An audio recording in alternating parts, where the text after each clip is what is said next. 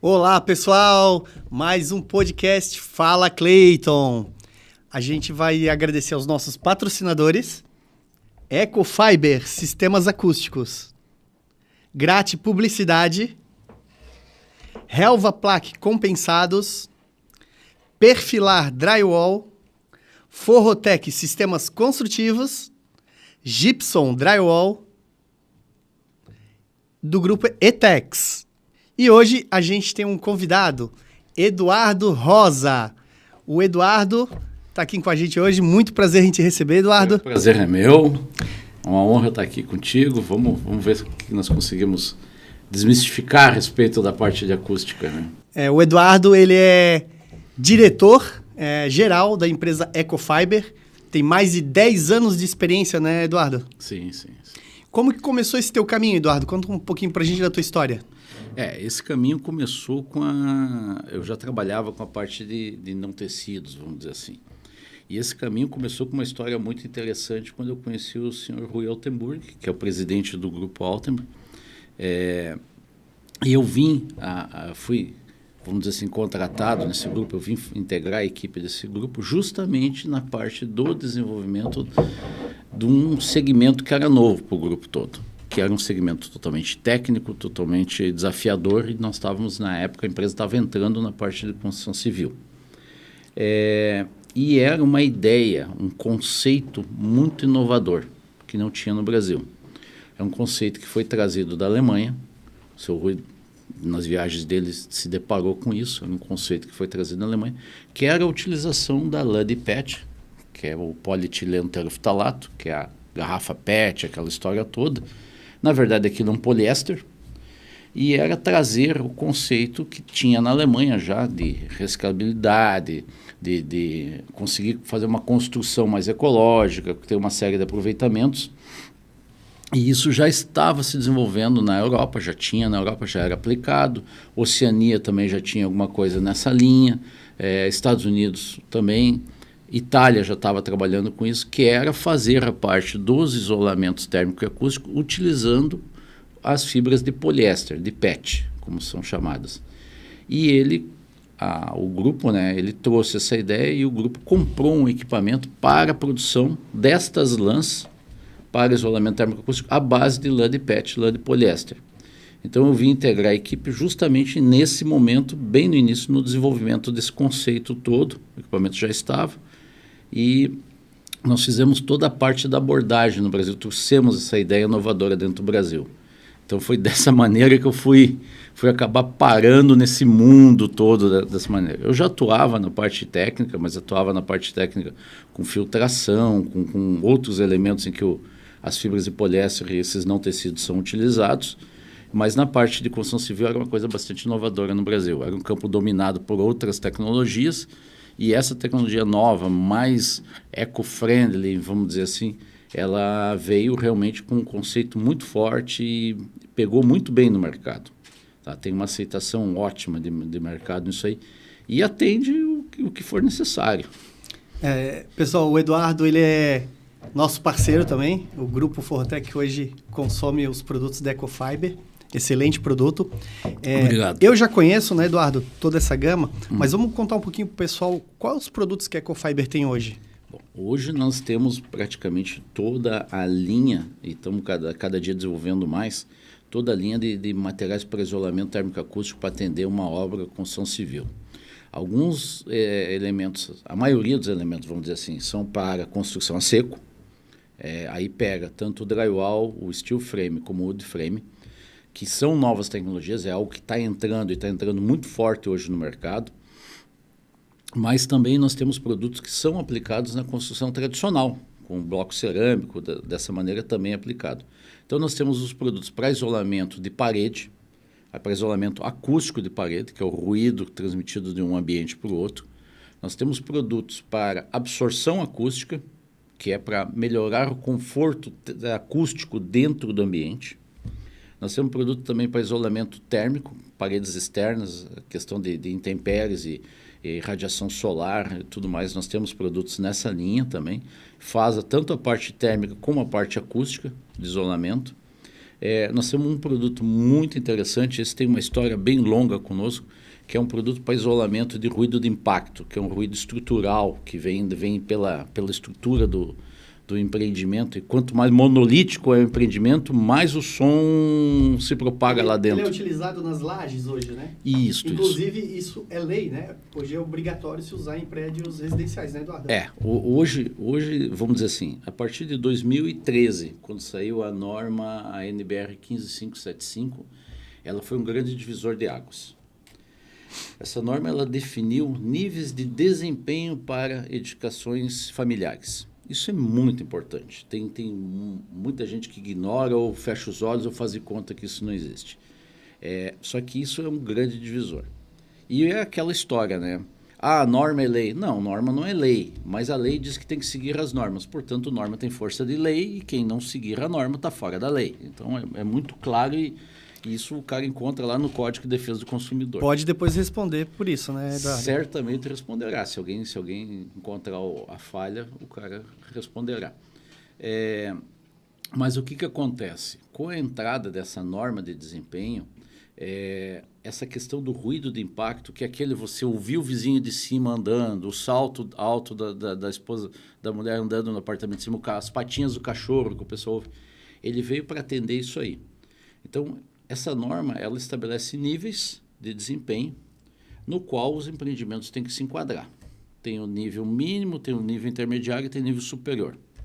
Nós desenvolvemos um produto que ele fica entre a laje estrutural e o contrapiso. Então, você faz o famoso piso flutuante. Esse produto é muito interessante. Ele é o único produto no mercado que ele trabalha com o conceito de células abertas. E esse conceito de células abertas é que dá o desempenho no produto. Ele é um produto extremamente fino, tem 8 milímetros de espessura. Você põe como eu falei, entre a laje osso e o contrapiso. E ele faz com que esse contrapiso não interaja com a parte estrutural do prédio. Até porque ele é flutuante, porque ele não tem contato nenhum com a laje e nem com as paredes, nem né, com as paredes, Eduardo? nada. Ele não tem contato nenhum. Então, você caminha ali dentro e ele absorve aquele impacto, aquele ruído. E o conceito de ser com células abertas, o que acontece? É aquele conceito seguinte, tem uma pressão, ele absorve a pressão e ele dá aquela, vamos dizer assim, aquela afundada. Logo em seguida que tira a pressão, ele retorna. Como ele tem a célula aberta, é a própria resiliência do material. Se você pega um produto de célula fechada, que funciona como um balão de ar, se você botar um peso excessivo em cima dele e aquela célula estourar, aquele produto perdeu o efeito, porque o segredo daquele produto era aquela bexiguinha, aquele balão que tinha ali. Sim. Com célula aberta não acontece isso. Quando nós começamos a desenvolver esse produto, no Brasil não tinha laboratório rastreável, não tinha um laboratório credenciado que fizesse o ensaio dentro das normas. Tinha algum laboratório que fazia um ensaio, mas ele não era rastreável na época. E eu estou voltando 10 anos de história nisso aí. Aí, como é que nós vamos fazer para atender a norma? Aí nós fomos e levamos o nosso material para um laboratório em Portugal, que é o ITCON, Instituto de Tecnologia da Construção, na Europa, que a norma brasileira seguia a norma europeia. Então, nada mais tranquilo do que fazer os ensaios na Europa, num laboratório rastreável que estava acostumado a fazer os ensaios. Aí foi aquela história, como é que tu manda uma amostra de material para o exterior? Como é que você acompanha um teste no exterior? Então, tivemos esse trabalho, fizemos os ensaios, o material se desempenhou muito bem e, mais do que isso, lá eles fazem uma coisa que pouca gente faz e que não encontrei em laboratórios no Brasil. Eles fazem o teste de vida estimada do produto. Então, não é só você fazer a avaliação do desempenho, mas aquele desempenho, por quanto tempo ele vai perdurar aquele desempenho. Entendeu? Que é muito importante, né? Que é toda a importância, porque você não compra um imóvel e investe todo o seu salário, sua remuneração ou investimento familiar em algo... Para durar 2 anos, 3 anos. Para durar 2, 3 anos, entendeu? Você espera que aquilo dure o tempo que uma garantia, que é o que diz na lei, uma garantia de um prédio que é no mínimo 10 anos, entendeu? Então, nós fizemos isso e o nosso produto atende essas especificações. Então, isso ficou extremamente interessante e é um grande diferencial nosso de mercado. Quando o pessoal vem, mas Eduardo, isso é caro, isso é barato. Caro e barato é relativo. Mas eu vou dizer o seguinte, é barato, porque tem aquela brincadeira, né? Quanto é que isso custa na tua obra? Isso é muito barato na obra. O valor dele comparado com o custo de uma obra é muito baixo. Chega a ser insignificante, né? Ele é insignificante quando você compara na obra. Só que tem uma grande vantagem. Vamos lá. Você tem 2 empreendimentos. Um tem isolamento, tem piso flutuante, outro não tem piso flutuante. É tu e teu concorrente. Quando você constrói uma obra, uma das coisas mais importantes é fluxo de caixa. Qual que vai vender primeiro? O que tem ou o que não tem? O que não tem. O que não tem não vai vender. Não o vende. que tem vai vender primeiro. Então, o que acontece? Você consegue ter um retorno sobre o capital investido antecipado sobre isso. Então, quando começa a olhar do ponto tanto do cliente e do ponto empresarial, é uma baita vantagem você ter um produto desses. E qual foi a nossa surpresa? Quando nós começamos a olhar isso, porque isso é um conjunto de ações, não é o material sozinho, é o sistema construtivo como um todo. Quando nós começamos a aplicar nos sistemas construtivos, começou a dar tudo nível superior da norma, nível superior da norma, nível superior da norma.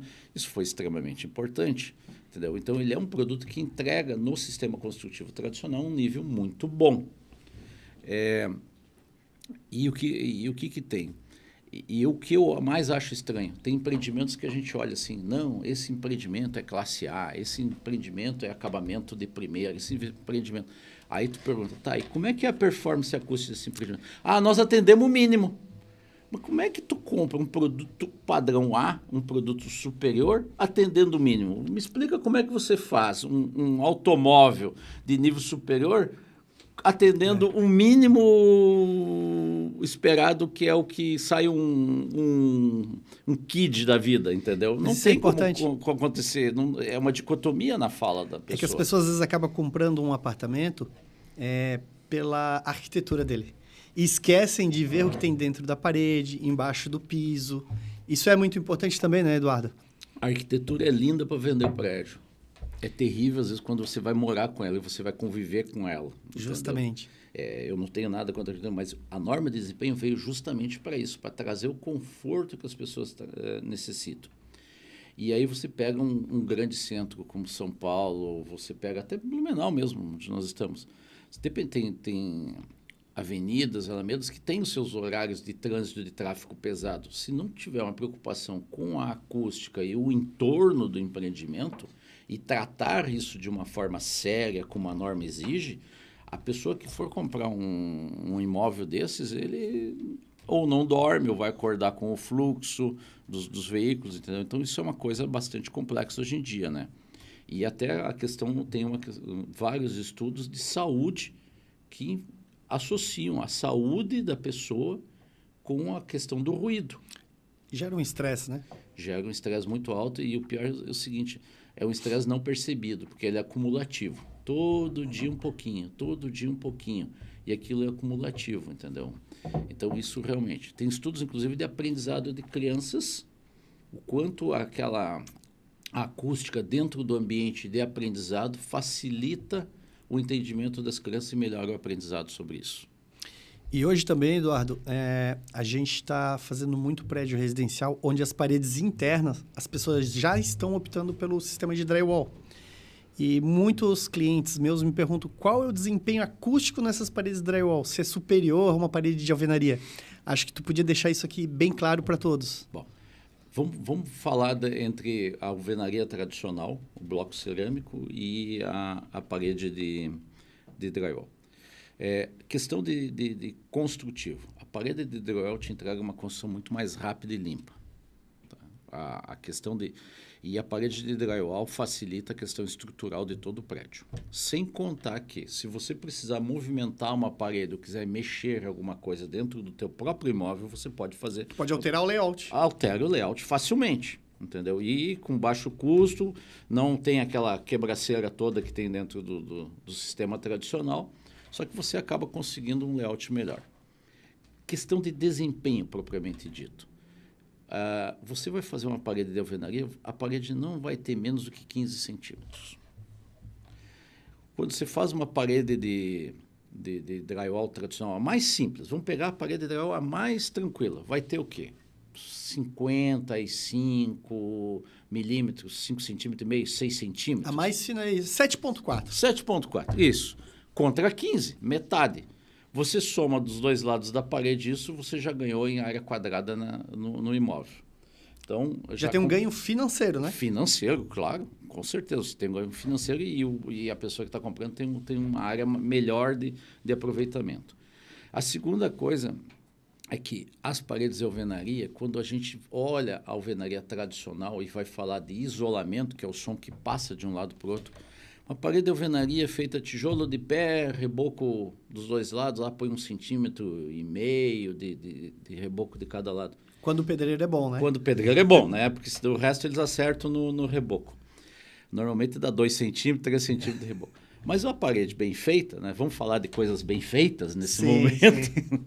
Uma parede bem feita vai ser mais ou menos isso. Ela vai te entregar uns 40 dBs de isolamento por aí. Vai te isolar em torno de uns 40 dBs. E pesa um horror. 180 quilos por metro quadrado, média. Exatamente. Quando você vai para a parede de drywall, você fizer uma parede simples de 48, você tem 45 dBs. Já é superior. Já é superior à alvenaria. Então, você já conseguiu, na mais simples, no sistema acústico mais simples do drywall, você já conseguiu um desempenho acústico melhor do que a alvenaria. E atendendo todas as normas. Atende todas as normas de desempenho. E quando a gente fala em norma de desempenho, isso é muito interessante. Quando a gente fala em norma de desempenho para o drywall, que é um sistema engenheirado, é um sistema muito fácil de ensaiar. E a gente faz uma série de ensaios nisso aí. E isso eu posso falar com propriedade pelo conhecimento. Eu fiz vários ensaios com parede de drywall. Quando a gente diz que um sistema é ensaiado, o sistema ele é ensaiado, ele tem que atender todas as normas da ABNT. Ele não tem que atender, ele é ensaiado só para isso, ele é ensaiado só para aquilo. Ele tem que ser ensaiado para tudo. E quando a gente pega um sistema, a gente vai falar de ensaio. Então, tem desempenho do sistema. Vamos lá. Desempenho acústico, quantos dBs passa a parede. Você vai lá, constrói uma parede de 12 metros quadrados, leva num laboratório, esse laboratório faz um teste acústico, entendeu? É rigoroso o teste e dá o grau de isolamento daquela parede. Aí você vai falar do desempenho de reação ao fogo. Você pega uma parede de drywall, essa parede mesmo que nós falamos, por mais simples que ela seja, você constrói a parede e leva no laboratório e ele simula um incêndio. Uma parede de drywall, por mais simples que seja, ela dura 30 minutos de incêndio. 30 minutos de incêndio, você vai com um prédio inteiro, e eu estou falando de uma parede só, e um prédio tem mais de uma parede, que serve como contenção de fogo. Com um sistema mais simples, né? Sim, com um sistema mais simples. Tanto que, muitas vezes, as vigas de concreto, as estruturas de concreto, é aplicada uma placa de gesso para proteção de incêndio do concreto. Sim. Então, de tão interessante que é isso. Então, a parede mais simples dura 30 minutos. Como esse ensaio é tão rigoroso, isso é o tempo. O que é 30 minutos? 30 minutos quer dizer o seguinte, que aquela parede ficou exposta ao incêndio durante 30 minutos. Quando fizeram um impacto de corpo duro, que é pegar uma bola de 1 quilo do outro lado, jogaram contra essa parede e essa bola ela não quebrou a parede. Ou seja, ela vai ficar em estanqueidade mais do que 30 minutos, mas 30 minutos é a garantia. Tem paredes que duram 90 minutos, que é 1h30 de incêndio. Então, é um sistema muito mais seguro para a habitação, comparado com a alvenaria tradicional. Aí tem muita gente que diz, aí nós falamos de questão de acústica, falamos de questão de fogo, sistema, como é fácil construir. Aí, mas eu fui pendurar os armários e não consegui pendurar os armários. Tem a tal da história. Pessoal, dá para pendurar o armário? Dá. Sim. Ele suporta o armário? Sim. É só trocar a bucha do parafuso. É só usar a bucha certa, no lugar certo. A bucha certa, um reforço. Isso. Existe uma placa que ela tem uma capacidade de resistência maior. Tem placas de drywall hoje que suportam 50 quilos numa carga pontual. Então, a Gypsum tem essa placa. Então, a Forrotec hoje trabalha com ela. Fantástico. Então, assim, dá para pendurar tudo que é pendurar. Eu já fui em casa com drywall, o cara tinha uma rede pendurada no meio da sala. Tudo bem, o cara tinha uma rede pendurada no meio da sala. E aí? Quer dizer, não tem... então, existe muito mito sobre isso. E uma coisa que eu acho uma grande vantagem, tem gente que diz, mas aí eu preciso de mão de obra especializada. Eu digo, que bom que você precisa de mão de obra especializada. Porque quando você vai no médico, você procura o médico especialista, né? E às vezes o melhor médico, né? O melhor médico. Quando você vai no dentista, melhor dizer, você leva o seu carro no mecânico, você procura o melhor mecânico, entendeu? Aquele que tem mais especialização, tem mais diploma. Por que quando você vai construir a casa onde você vai morar, você não quer que tenha mão de obra especializada? É uma coisa realmente incrível quando a gente para pensar sobre isso. Verdade. O cara que vai dirigir o ônibus, ele precisa ser especialista, porque ele tem uma carteira profissional para aquilo. Por que o cara que vai construir o sistema não tem que ser especialista nisso? Ou que procure um especialista onde pode atender ele, né? Exatamente, tem que procurar. E o pessoal às vezes diz, mas é mais caro. Não é mais caro, porque a obra é mais rápida. A obra é mais rápida. Você vai construir uma residência com uma alvenaria tradicional, poxa, você faz isso em 1/3 do tempo com um sistema engenheirado. E às vezes se torna caro quando tu constrói no sistema convencional, porque toda vida que tu chega em casa, tu vai olhar para aquele defeito, tu vai olhar todo dia, aí tu vai ver o quanto aquilo custou caro, que não foi barato, né, Eduardo? Não foi barato, exatamente. Então, assim, a Ecoform como um todo, eu consigo entregar produtos de isolamento, tanto térmicos e acústicos, para todos os sistemas. E aí tem um outro ruído dentro da casa que pouca gente lembra. Águas servidas. Ruído de águas servidas. O tradicional, quando você ouve o barulho da água do esgoto descendo, especialmente nas colunas, nos chassis. Tu vai lá, vai puxar a descarga, tua mulher tá lá embaixo, ela escuta. Você escuta, lavou a mão na pia, aquela água correndo, aquele negócio todo. Quando ela está correndo horizontal, não é o pior, porque o fluxo é um fluxo tranquilo, suave. Quando ela pega a vertical, que ela cai, e é incrível, porque o tubo ele acaba servindo como amplificador acústico ali dentro, o som parece que amplia dentro daquele... Então, nós já desenvolvemos um produto para que você consiga encapar o tubo, você enrola, você enrola ao redor do tubo para reduzir esse ruído que a gente tem dentro dessas águas servidas também para melhorar o conforto. Quando você está só na sua casa, tudo bem, mas é muito desconfortável quando você está deitado no quarto, lá você tem sua suíte, está deitado no quarto, em cima o vizinho também tem uma suíte. Quando ele der a descarga, você está sabendo que o vizinho foi no banheiro, né? Sim. Entendeu? Isso é extremamente desconfortável. E tem pessoas que têm um sono leve. Às vezes teu vizinho foi 3 horas da manhã no banheiro. Isso. Vamos brigar com o vizinho, fazer a reunião do condomínio porque não pode ir no banheiro às 3 da manhã. Não, isso vai acontecer. Então, tem que ser algo tratado, entendeu? E o interessante, o mais importante que todos têm que saber, a acústica se trata na obra. A acústica se trata no projeto. Tratar a acústica depois é muito mais caro. Muitas vezes, quando nós desenvolvemos essa manta para piso, que eu comentei contigo, quando nós desenvolvemos isso, o pessoal chegava e ligava para nós. Olha, eu tenho um problema, eu estou ouvindo o meu vizinho de cima, eu soube que vocês tem alguém para indicar para botar a manta de vocês para não ouvir mais o vizinho de cima? Eu disse, olha, eu até tenho parceiros que eu posso indicar, mas a senhora está disposta a reformar o apartamento do seu vizinho de cima? Mas como? Como assim? Dizia ela para mim. Não, porque para resolver o seu problema, eu vou ter que quebrar o apartamento do seu vizinho de cima. A senhora está disposta a pagar a reforma do apartamento dele? Entendeu? Então, por isso que eu digo, isso tem que ser tratado no momento certo. Entendeu? Senão, depois você arrasta isso o resto da vida. Algumas construtoras, elas já entenderam isso e trabalham de forma muito séria. Tem outras que ficam tentando, como é que eu vou dizer assim, algo parecido entre alquimia e bruxaria, né? Tem cara que diz assim, não, eu boto isopor no meu concreto e aí ele fica acústico. Eu fico parado olhando, né? Tipo, cara, bota isopor no concreto. Isopor no concreto é você fazer o concreto leve. Não é para tratar acústica. Justo. Eu fico pensando assim, como é que o cara acha que isopor... Porque se isopor é isolamento térmico, mas o cara na laje de cima e embaixo não é o caso dele. Ele está dizendo que está tratando acústico.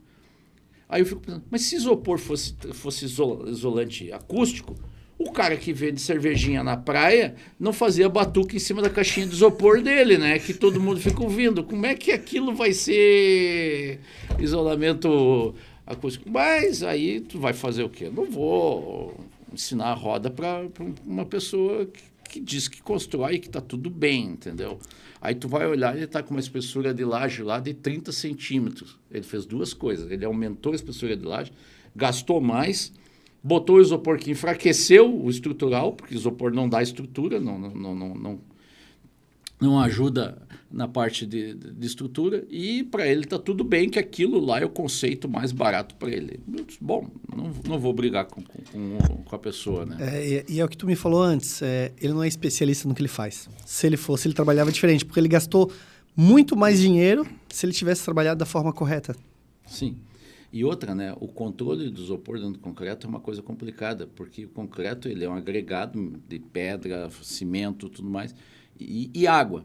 E o isopor boia, né? Então, como é que você garante que a concentração do isopor está dispersa homogênea, de forma homogênea dentro de uma laje? Entendeu?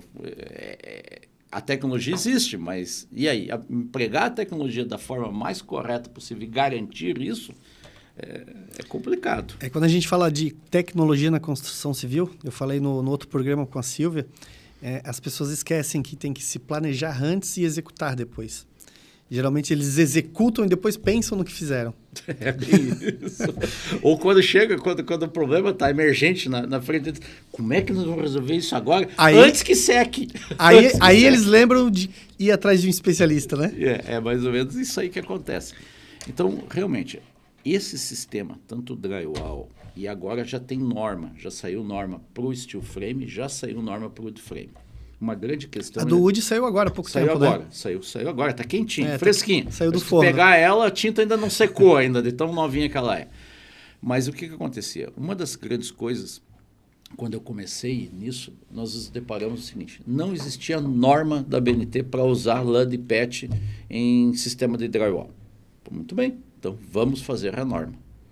Sentamos e fizemos a norma com todos os requisitos que o sistema construtivo exige, com todas as normas de segurança, todas as normas que os corpos de bombeiro exigem, entendeu? Tudo isso é analisado. E nós fizemos uma norma, tem uma norma da BNT que fala sobre utilização de lã de PET em sistemas construtivos de drywall. Logo depois, e eu participei da elaboração dessa norma, fui quase que o pai dessa norma na época, e aí eu participei dos outros grupos de construção de norma, tanto do steel frame como do wood frame.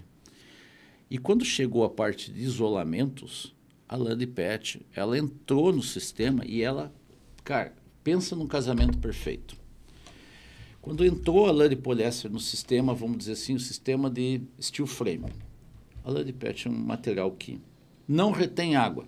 Tudo que numa estrutura de aço não quer é ter água lá dentro. Ela não retém água. Então já foi super tranquilo quanto a isso. Ela não é alcalina, ela não incentiva a corrosão de forma nenhuma, ela é totalmente inerte. Então, não tem problema. Se acontecer de molhar, não cria pilha galvânica, não dá uma série. Então, ela entrou lá dentro. O sistema do Light Steel Frame, ele é um sistema ecológico, um sistema moderno. A lã de PET, aquela lã de poliéster, ela é reciclada e reciclável. Então, ela é totalmente ecológica. E ela casou bem com isso. Depois até posso explicar melhor sobre isso. Então, ela casou bem no sistema. A praticidade, a facilidade que o sistema exige para a instalação e para a construção, ela também se adaptou muito bem. Como nós conseguimos produzi-las com vários desempenhos, com várias gramaturas, com vários desempenhos acústicos e térmicos, então, para cada parede, uma parede de isolamento externa, é um tipo de lã e um tipo de produto. Uma parede de isolamento interno, você não tem problema térmico interno, você tem problema de acústica. É outra lã e outro produto. Só que a gente consegue fazer os produtos para tudo isso. É diferente de quando você entrega uma solução única. Então, a solução única é aquele negócio da média, né? A média vem de meio, que vem de medíocre. Então, você é meio para um lado, bom em alguma coisa e ruim no outro. No outro, você é bom... Não, eu consigo fazer o produto de acordo com a necessidade que precisa. E é importante sempre consultar um especialista para usar o produto para determinada área para ser correto. Porque senão ele vai usar um produto onde não precisa e não vai ter o resultado satisfatório. Não, e mais do que isso, quando a gente fala em sistema engenheirado, e como o próprio nome diz, ele tem técnica para ser aplicado. Tem técnica. Então, consultar o especialista não é só para saber o produto, é a técnica correta de aplicar o produto, senão ele não vai dar performance. Perfeito. Então, esse é o casamento perfeito da coisa. Então, a lã de PET, a nossa lã da Ecofiber, ela casou muito bem. E entrou na norma e foi extremamente aceita. Tanto que ela está na norma indicada como isolante para esse sistema construtivo. Análoga à norma do steel. E o steel frame tem várias especificações, tem para parede externa, para parede interna e telhado, né? Cobertura é outra norma, porque é outra incidência solar, é outra necessidade, é outro sistema construtivo. É um material diferente do que se utiliza na parede. Isso. Quando foi para o wood frame, poxa, isso já estava macetado. Quando chegou no wood frame, foi uma norma muito tranquila de fazer. Porque a preocupação de que chapa que vai usar, isso já estava definido, porque já tinha sido definido lá no light steel frame. Como é que nós vamos construir? Como é que que isolamento vai ter? E como é que se comporta? Isso tudo já estava estudado. E essa que é a beleza de você trabalhar com o sistema engenheirado. Você começa a aproveitar as melhores técnicas e o que tem de melhor nos outros sistemas e acaba incorporando. Então, isso cria um círculo virtuoso, porque você acaba toda hora pegando o melhor do outro e o melhor do outro. Então, o que vem depois é melhor do que o anterior e sempre vai vindo assim. Então, isso que é bonito, né, nesse sistema. Então, o que aconteceu? Quando chegou no frame, qual era a preocupação? Madeira. A preocupação era madeira. Madeira é um recurso renovável, assim como o aço. Então, os dois sistemas eles caminham lado a lado. Entendeu? E aí começou a questão seguinte. O sistema do wood frame ele veio de países frios. Ele veio muito dos Estados Unidos e Canadá, que constrói muito nesse sistema. Então, não é um sistema ruim, porque os caras fazem coisas maravilhosas com isso, entendeu? E duram anos e anos. Tem casas de mais de 100 anos feitas em wood frame. E aí, o que aconteceu? Isso já está na Europa, também já constrói nisso. A Europa é um misto entre wood frame e steel frame. Isso chegou no Brasil. O que nós temos aqui? Bom, agora nós temos que tropicalizar a coisa toda. E aí entrou o pessoal que entende de madeira no Brasil. E, sinceramente, o pessoal entende de madeira. Pensa num pessoal bom. Sabe? O que é o bom nisso? Você padroniza as bitolas da madeira. Você padroniza o tratamento da madeira, a umidade da madeira. Entrou coisas que eu nem sabia que existiam nisso aí. Foi uma aula para mim nisso aí. Entendeu?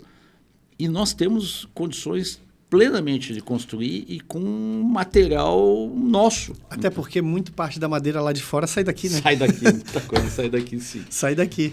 Então, o que aconteceu? Foi outra norma que se casou muito bem. Por que eu estou batendo nessa questão de norma? Isso é extremamente importante, porque muitas famílias elas vão financiar o seu imóvel, vão financiar. Quando você tem uma norma, você chega no órgão financiador, um banco, hoje a maioria vem pelo Sistema Brasileiro de Habitação. Se ele é normatizado, você consegue financiamento. Consegue. Entendeu? E esse é o bonito de você fazer as normas. Você consegue os recursos necessários para construir naquele sistema. E hoje a gente tem esses sistemas normatizados e a gente consegue fazer um financiamento em qualquer banco. Em qualquer banco, exatamente. E outra coisa, aí você vai seguindo. Quando o cara pega o financiamento, ele quer construir a casa o mais rápido possível, né? Você pegar um projeto, um bom projetista e uma boa mão de obra especializada, você em 6 meses tem uma casa prontinha. Pronta, mas do piso ao telhado, do bom e do melhor, com tudo que tem dentro. Com conforto térmico, com conforto acústico, entendeu? Sustentável. Então, você tem realmente você tem uma casa. Aquilo, ela te dá um desempenho. E é interessante, porque Desempenho em edificações, eu estava pesquisando, eu fiquei sabendo desses dias. Desempenho em edificações, isso surgiu no pós-guerra. Isso surgiu depois da Segunda Guerra, que começou-se a se preocupar com isso. Por quê? Reconstrução. Velocidade da construção. Velocidade e reconstrução. Quanto aquilo te entrega de desempenho. É um conceito que demorou muito para maturar, vamos dizer assim. Agora que maturou, ele está vindo muito forte. Então, em 6 meses você tem. Quando você pega a construção tradicional, vai construir uma casa, aí você se arrasta 1 ano e meio construindo. E tem mais, né? O estudo diz que, em média, que é aquilo que eu sou muito contra a média, porque me lembra a mediocridade, mas, em média, 30% do que você botou dentro do canteiro de obra sai no caminhão de sucata. Quando você pega um sistema engenheirado, pega um light steel frame, você manda o seu projeto, tudo já vem cortado no tamanho, já vem numerado, já vem os encaixes, já vem tudo certo, estruturado, com todo o cálculo estrutural. Não existe desperdício. Não tem, o desperdício é mínimo, entendeu? Eu acho que vai sair mais na caçamba a embalagem do produto do que o produto em si que você vai usar. Eu costumo dizer que a gente não tem nenhuma caçamba de entulho, a gente tem um carrinho de mão com as embalagens dos materiais que chegaram na obra. Exatamente. Então, isso é extremamente importante. E tem mais. Aquilo que sobra de uma obra desse tipo, ele é um material que você recicla. Reciclado. Você recicla tudo. Então, isso não vai para aterro. Isso não vira um passivo ambiental. Entendeu? Isso retorna para o ciclo dos materiais. Eu pego uma lã de PET hoje, ela pode ter sido uma garrafa de água mineral, ela pode ser a lã da sua parede, ela pode voltar para o ciclo, se tornar outra garrafa, pode se tornar uma embalagem de alimento, entendeu? Então, e ela pode se tornar a roupa que nós estamos vestindo.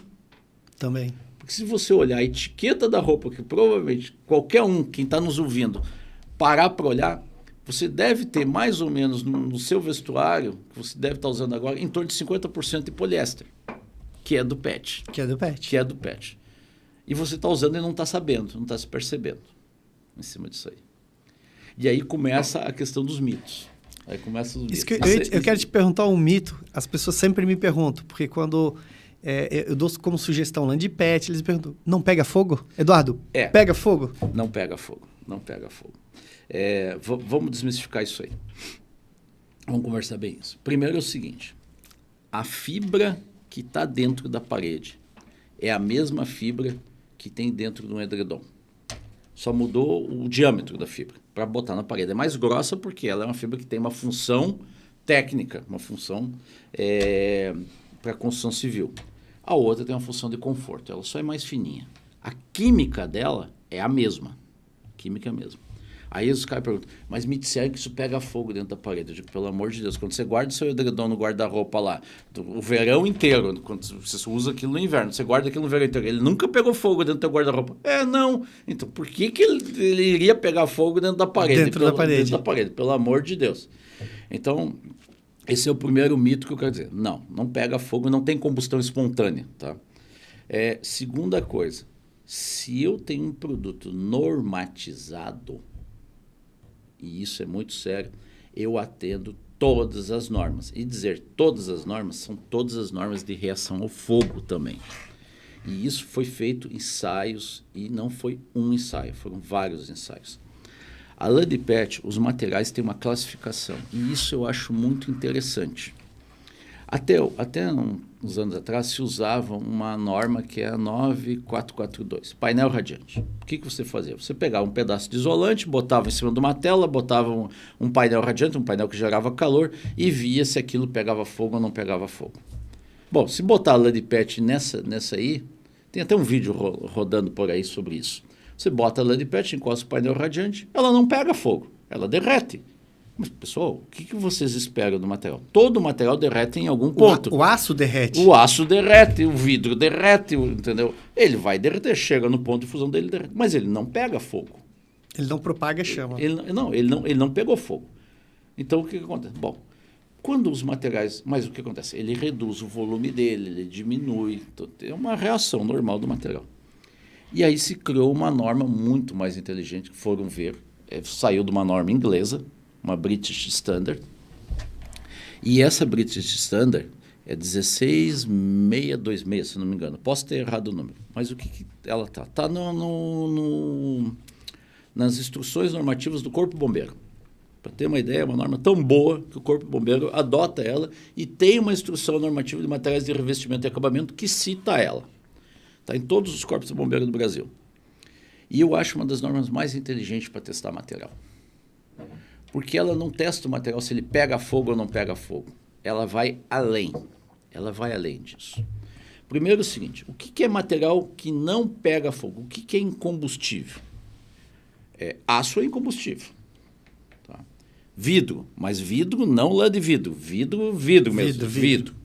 Ele não pega fogo, mas ele derrete. Bota o vidro lá, 1000 e poucos graus, derrete. Aço, 1700 graus, derrete, mas não pega fogo. Concreto não pega fogo. Esses são os materiais que não pegam fogo. Só que você não faz isolamento com nenhum desses 3 materiais. Entendeu? Então, o que acontece? Ele diz, tem que entregar conforto, tem que entregar desempenho. Então, eu preciso... Como é que eu classifico os materiais? Então, eles pegaram esses materiais e classificaram com o número de 1. Esses são os materiais classe 1. Mas tu conta esses materiais nos dedos da mão. Aí, eles criaram a classe 2. A classe 2 são materiais que eles consideram combustíveis, mas de extremamente baixa combustão. Madeira, essa madeira dessa mesa, ela é combustível. Entendeu? Só que o que acontece? Ela deve ter a sua classe. Se eu pegar essa madeira e ensaiar, eles vão me dizer qual é a classe dela. Mas você usa. Aí foram ver o que se enquadrava na classe A. A2. 2A, que a gente diz. Tem a classe 1, classe 2 exatamente embaixo, e a classe 2A é a primeira embaixo disso. É a mais rígida que tem, tirando o material incombustível. É onde está 99,9% de todos os materiais de construção. A placa de gesso, ela é 2A. 2A? Ela é 2A, para ter uma ideia. A lã de PET que nós produzimos, a classe é 2A. É a mesma classe da placa de gesso. Só que E por que eu digo que essa norma é inteligentíssima? Porque quando eu submeto isso a um ensaio, e não sou eu que ensaio, eu pego o meu material e mando para um órgão fazer o ensaio conforme a norma, ele não me mede só se pega fogo ou não pega fogo. Ele mede o seguinte, muito bem, quanto de energia isso gerou queimando? Porque tem produtos que têm uma queima tão baixa que ela gera tão pouca energia que ela não consegue estender esse fogo para um outro material. Porque é um fogo... não é errado dizer fogo frio.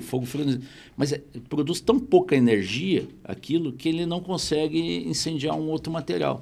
Opa, isso é interessante.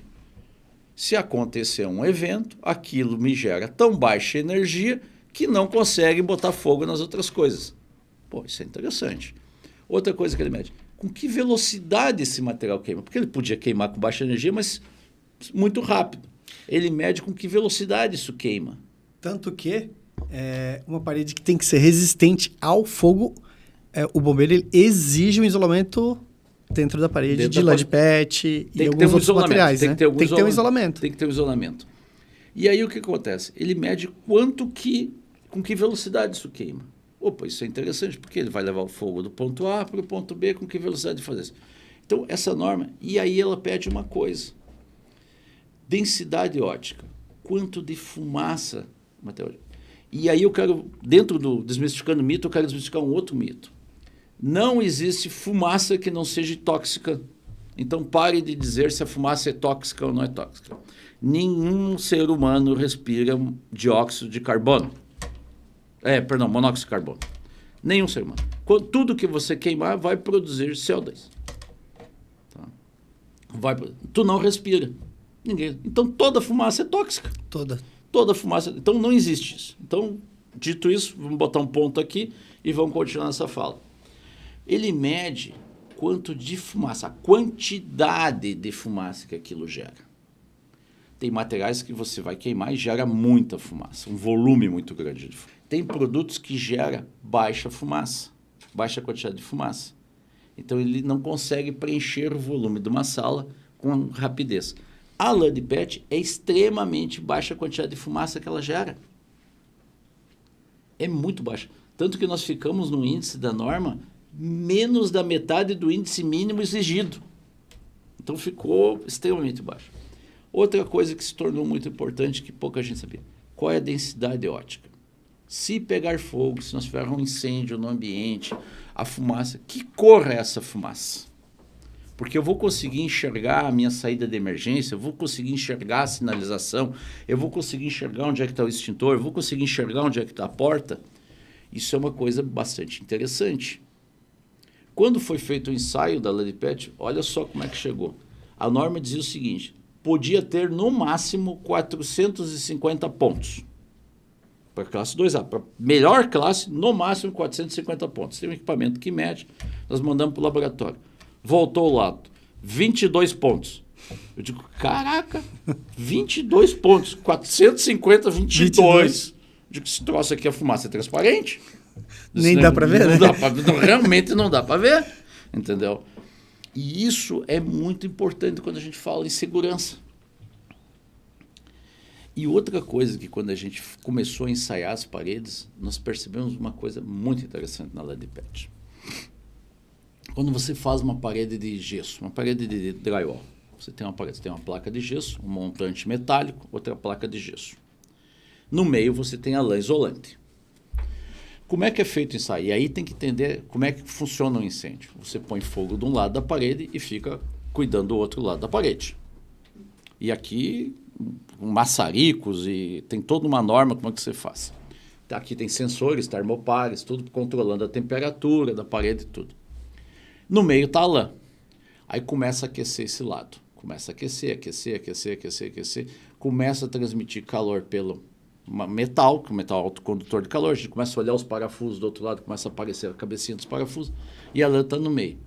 Quando chega no ponto de fusão da lã de PET, que é em torno de 260 graus, o que acontece? Olha só, eu tenho a lã, que é um elemento de ligação entre os dois lados.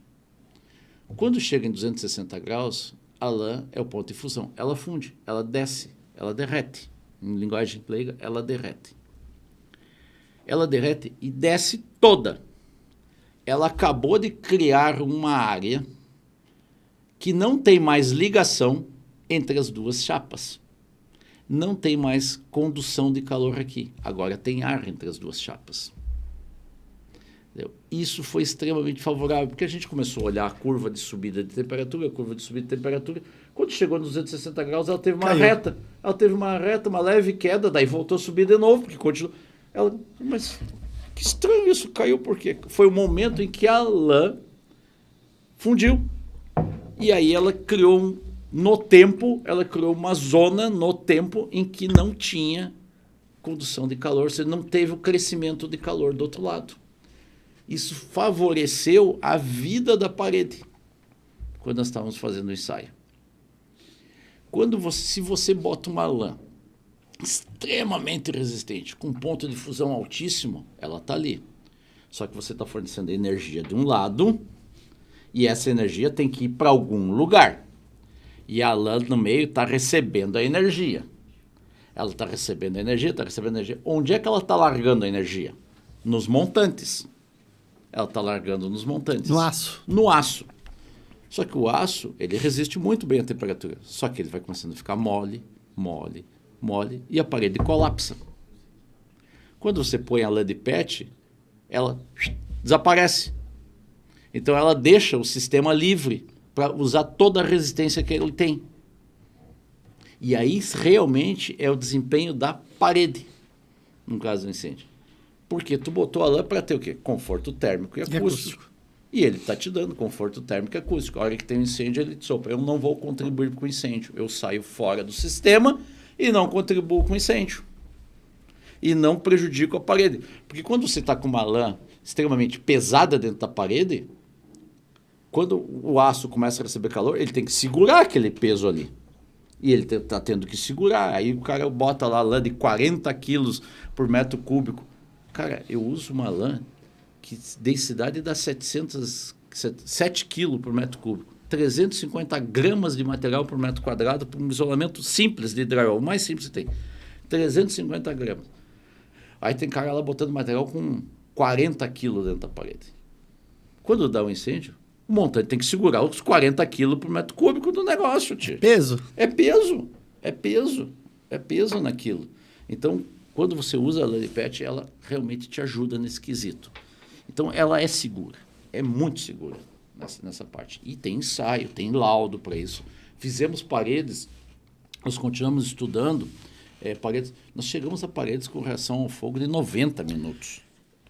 São sistemas mais engenheirados, mais bem construídos, com o LUDPAT dentro, 90 minutos de reação ao fogo. Então, o LUDPAT não pega fogo.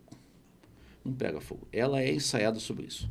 Então, a nossa LUDPAT tem classe 2A, que é a mesma classe da placa de gesso, que é a classe de 90% dos materiais de construção, entendeu?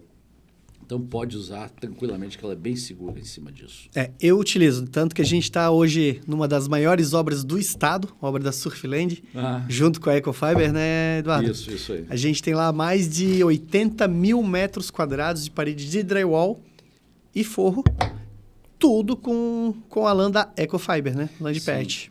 E é interessante que quando a gente fala de sustentabilidade, a LUDPAT, por ela ter origem reciclada e ser reciclável, quando você pega uma certificação LEED ou um Green Build, alguma coisa, isso é muito bem visto. Muito. Muito bem visto, é muito bem aceito, é um conceito que está bem enraizado já nesses órgãos.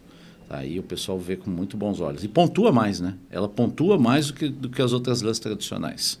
Entendeu? Isso é muito importante para quem busca uma certificação. Primeiro, foi o Eurobusiness, eu acho, em Curitiba, que foi feita a certificação LEED Platinum. Todo isolamento é nosso. Todo o isolamento foi feito 100%. 100% foi feito com lã da Ecofiber. E para você conseguir o nível Platinum, é um dos níveis mais altos que você tem de certificação. E tudo feito com o nosso material. E tem uma coisa, a LUDPAT, ela é muito amigável de você usar. Ela é muito amigável. Quando você pega o material da LUDPAT, você olha lá, requisitos de segurança para você usar a LUDPAT. Pelo amor de Deus. Você pega a LUDPAT, o cara olha assim, mas não está faltando nada? Porque a gente diz para o cara, olha, como é que você manuseia? Manuseia a instalação. Você vai pegar o rolo, vai medir a parede, estica o rolo, mede com uma trena, corta com uma tesoura. Já começa aí. É muito mais difícil você ter um acidente de trabalho usando uma tesoura do que usando um estilete. Entendeu? Já começa por aí. Um material, ele não coça. Você não sai se coçando com ele. Então, você pode trabalhar aqui, que nós temos um verão insuportável, umidade alta, calor alto. Você trabalha de bermuda e camisa, instalando a lã. Vai usar os EPIs que a obra exige, mas não tem EPI específico para usar a LUDPAT. Para a instalação da lã não precisa. Não tem EPI específico. Você não tem que usar roupa especial, você não tem que usar óculos, você não tem que usar máscara respiratória, você não tem que usar nada disso. Camiseta comprida para não dar coceira. Nada, você não usa nada disso, entendeu? Então, você simplesmente chega lá, pega a lã e instala. Então, não tem nenhum EPI específico. Isso tem uma grande vantagem. Tem duas grandes vantagens. A primeira para quem é o construtor, você não precisa estar fornecendo esses EPIs para os seus funcionários. Então, isso tem custo. E se passar um fiscal do Ministério do Trabalho e pegar o cara não usando, você ainda é responsabilizado por isso. Então, isso tem um custo. Esse custo não tem com a LUDPAT. A segunda coisa em cima disso é produtividade. Se a gente seguir tudo a risco, o cara tiver máscara respiratória, óculos, luva, manga comprida, passando calor, ele não produz no fim do dia o que ele produziu se ele estava mais à vontade. Então, tem toda a questão de produtividade. O cara certamente vai fazer uns 20% mais de parede do que faria com um outro sistema.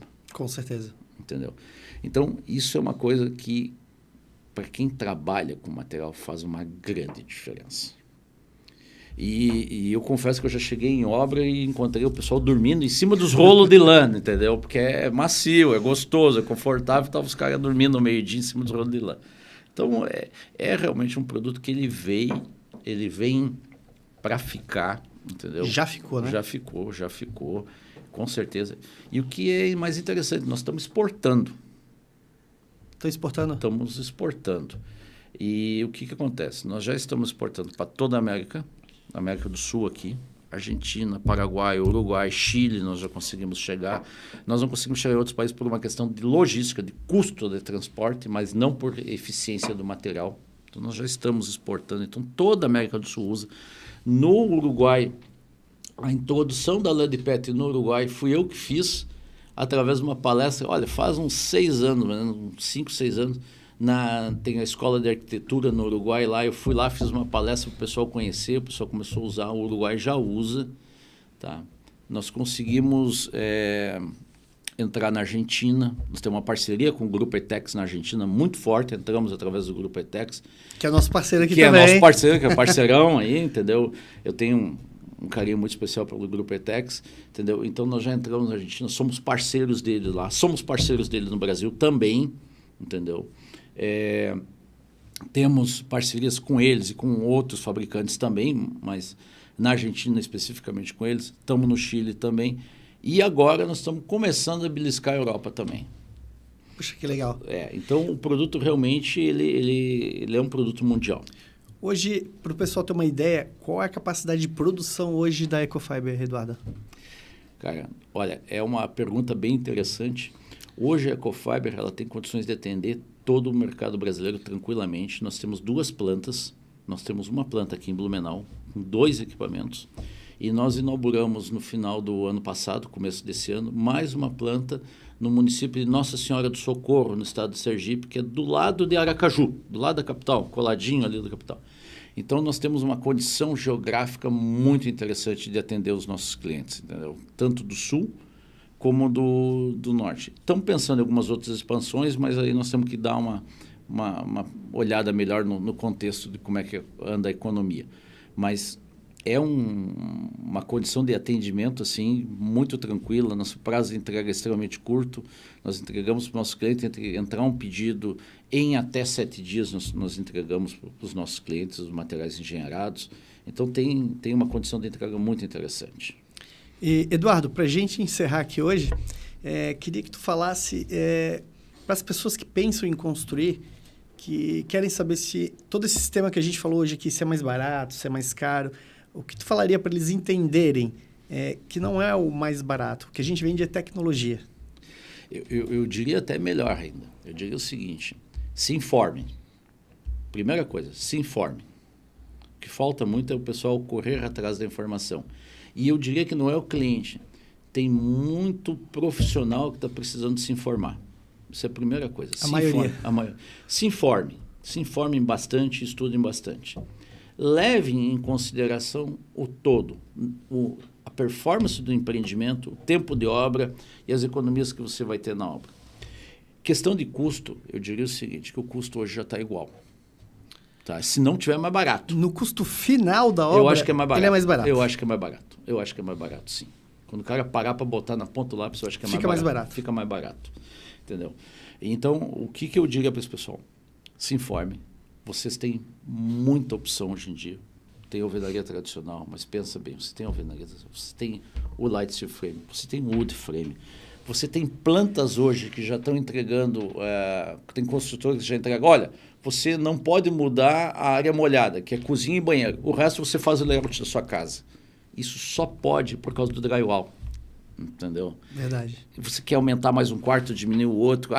Em vez de ter 3 quartos, eu vou fazer 2 quartos maior e um estúdio para mim, só trabalhar num cantinho. Tem muito home office hoje em dia. Então, isso só pode ser feito por causa do drywall. Então, o que eu diria, pessoal? Estudem, procurem um bom profissional.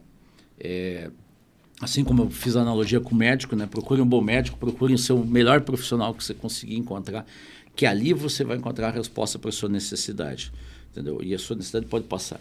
E eu fico muito feliz de ter as opções. É muito ruim quando as pessoas não têm opções. Uma pessoa sem liberdade de escolha é muito ruim, entendeu? Você cerceia a criatividade da pessoa, você cerceia a liberdade. Quando você tem várias opções, entendeu? É muito mais interessante, expande os horizontes, expande as pessoas.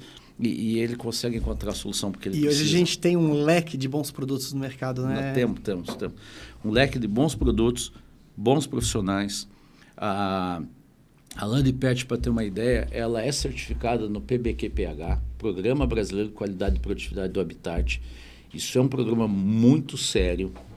Para ter uma ideia, é um certificado que dura... eu sou certificado 4 vezes por ano, para ter uma ideia. 4 vezes por ano entra alguém, em algum momento, ou na minha fábrica, ou em uma loja, e recolhe um material meu. Uma amostra. Uma amostra. E isso ele leva para o laboratório e testa todos os requisitos da norma minha amostra. E aí ele revalida meu certificado. Então, a cada 3 meses, eu revalido o certificado. E aquela história, né, que me perguntaram uma vez, eu achei muito interessante uma pergunta. Eu vou plagiar um colega meu. Ele me pergunta o seguinte: você vai num restaurante porque ele é bom ou porque ele foi bom? Porque ele é bom. Porque ele é bom. Eu tenho que ser bom sempre. Porque eu estou sempre sendo auferido, eu estou sempre sendo ensaiado, eu estou sempre sendo medido. E isso aqui, e esse certificado, vai para o Ministério das Cidades. E isso é uma questão muito interessante. É tão sério isso que o sistema de drywall dentro do Ministério da Cidade é um dos mais completos que tem hoje como sistema construtivo, em conformidade. Ou seja, a maior parte dos fabricantes já pertence ao PBQP-H. E isso é tratado com tanta seriedade que tem uma regra que diz o seguinte: órgãos públicos preferencialmente têm que ser construídos com sistema, com materiais aprovados no PBQP-H.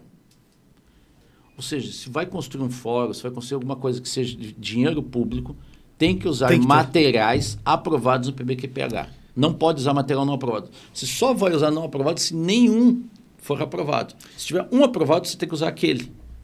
E isso se enquadra em todos os materiais, para o aço, do light steel frame, do drywall, para a placa de drywall, para a placa cimentícia, para todo o sistema, né, Eduardo? Para todo o sistema. Por quê? Quando você tem um sistema desse aprovado no PBQP-H, você tem a garantia da durabilidade do sistema.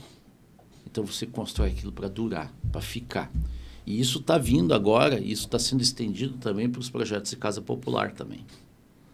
Então, é muito interessante isso também. Estão exigindo que as casas populares que sejam feitas com materiais aprovados no PBQP-H. Então, é um programa muito sério. E nós somos aprovados no PBQP-H. Aliás, nós somos a única lã de PET aprovada no PBQP-H no Brasil. Todos os outros não são aprovados, não tem certificado PBQP-H. Então, gente, eu tenho certificado pensou em lã de PET, Ecofiber. Não tem outra. Não tem outra. Então, e isso nós levamos muito a sério. E isso, a certificação é tão séria que ela é por planta. Ela é por planta. A planta de Blumenau é certificado. E agora, a nossa planta do Nordeste também é certificada. Sim, certificamos. Recebi o relatório da aprovação semana passada. A do Nordeste também está em conformidade com as normas. Então, pessoal, é muito sério. Tá? A Associação do Drywall, que agora é a Associação Brasileira da Construção Leve e Sustentável, entendeu? Ela organiza todos esses sistemas e o pessoal faz um trabalho muito sério sobre isso. Eu aconselho quem tiver curiosidade de estudar mais, entrar lá, olhar e conhecer, entendeu? É algo bastante interessante isso. Eduardo, quero te agradecer. Eu acho que a gente teve uma aula aqui hoje sobre acústica. Espero que tu volte ao nosso programa. Com certeza, será uma honra. Muito obrigado, Eduardo. Obrigado a todos. Um abraço para todo mundo aí, tá?